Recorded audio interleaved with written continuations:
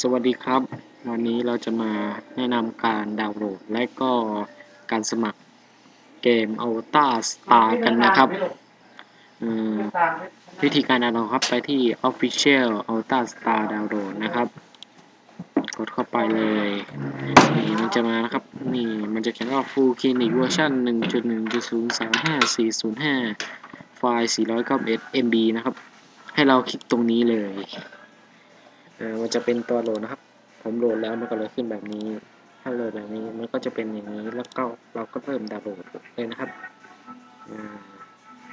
เราโหลดแล้วกายก็ได้นะครับต่อไปวิธีการสมัครกดตรงนี้ครับแล้วก็กด Sign Up เลยครับนี่ชื่อเราก็เลย N U M แล้วกันนะครับผู้ชายมีนะครับพวกมักจะเป็นผู้หญิงเอาประเทศนะครับประเทศไทยเพราะเราเกิดเป็นคนไทยไอเดนติ้งไทยนี่ผมก็แปลไม่ออกนะครับผมเพิ่งอายุ14เอง National ID เราก็ใส่เข้าไปเลยอะไรก็ได้โมบายโฟนก็ไม่ต้องใส่หรือว่าซิลิแทงธรรมดาก็ได้นะครับซิลิแทงธรรมดาแล้วก็ใส่เลขอะไรก็ได้ลงไปนะครับอย่างเช่นเอาเลขวันเกิดดีกว่าของผมไม่บอกผมใส่มั่วดีกว่า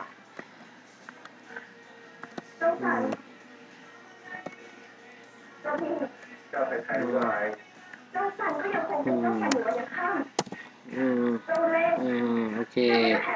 อีเมลM U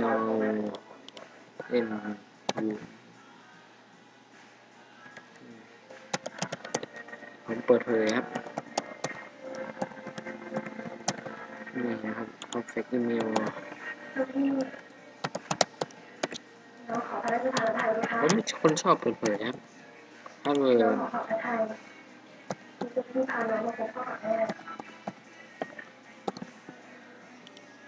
พาสเวิร์ดอีกครั้ง ID ครับก็เอาชื่อเหมือนกับชื่อข้างบนเลยจะได้จำง่ายๆโอเคนะครับวันเกิดเอาวันและทายเดือนอะไรก็ได้นะครับคำถามมันจะเขียนว่า what is you my pen name สัญญาณของคุณชื่ออะไรคุณก็ใส่เข้าไปเลยเอาชื่อนี่ใส่เข้าไปนะครับพิมพ์นี่อ้าวทำไมมีน้อยเอาใหม่นะครับ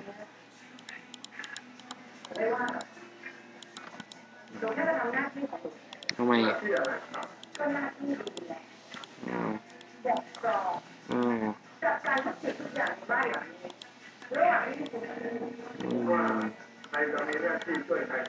โอเคอัปเดตเราต้องวิดนิวบนอันลุ่มอันล่างนะครับ J W O W ต่อไปก็กดเราต้องตรวจสอบครับว่าเราได้อะไรแล้วกด full name มัด5 character ห้ามใส่ number แล้วก็รหัสอะไรเนี่ยพัด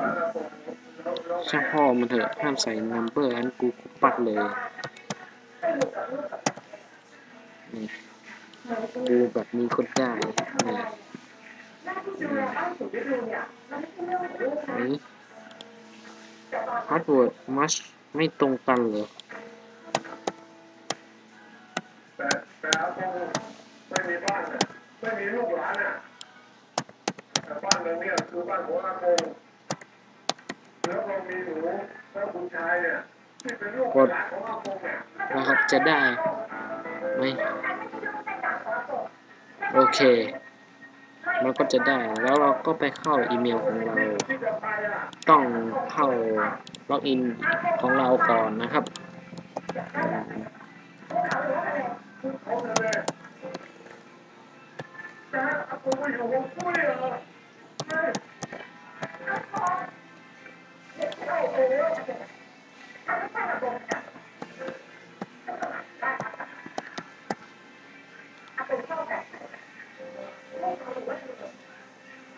เคต่อไปก็เข้าฮอตเมลของตัวหรือว่าอีเมลที่ใช้ก็กดเข้าไปผมใช้ฮอตเมลนะครับผมก็อันนี้อันเก่าผมเดี๋ยวต้องรอก่อนรอคอมกระตุก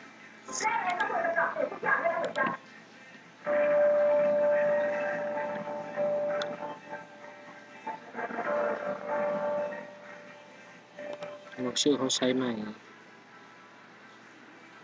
เยอะหมุนติ้วเยอะ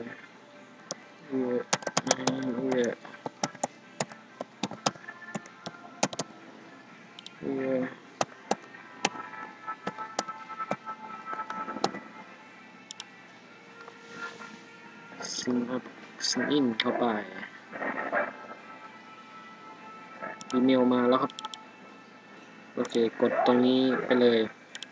กดตรงนี้นะครับมันจะมีที่ยาวๆครับกดเข้าไปเลยเหลือก็2 B 9 S U M P กด contact โอเคสมัครได้แล้วครับถ้ามันเขียนว่า application complete โอเคมาลองดูกันนะครับ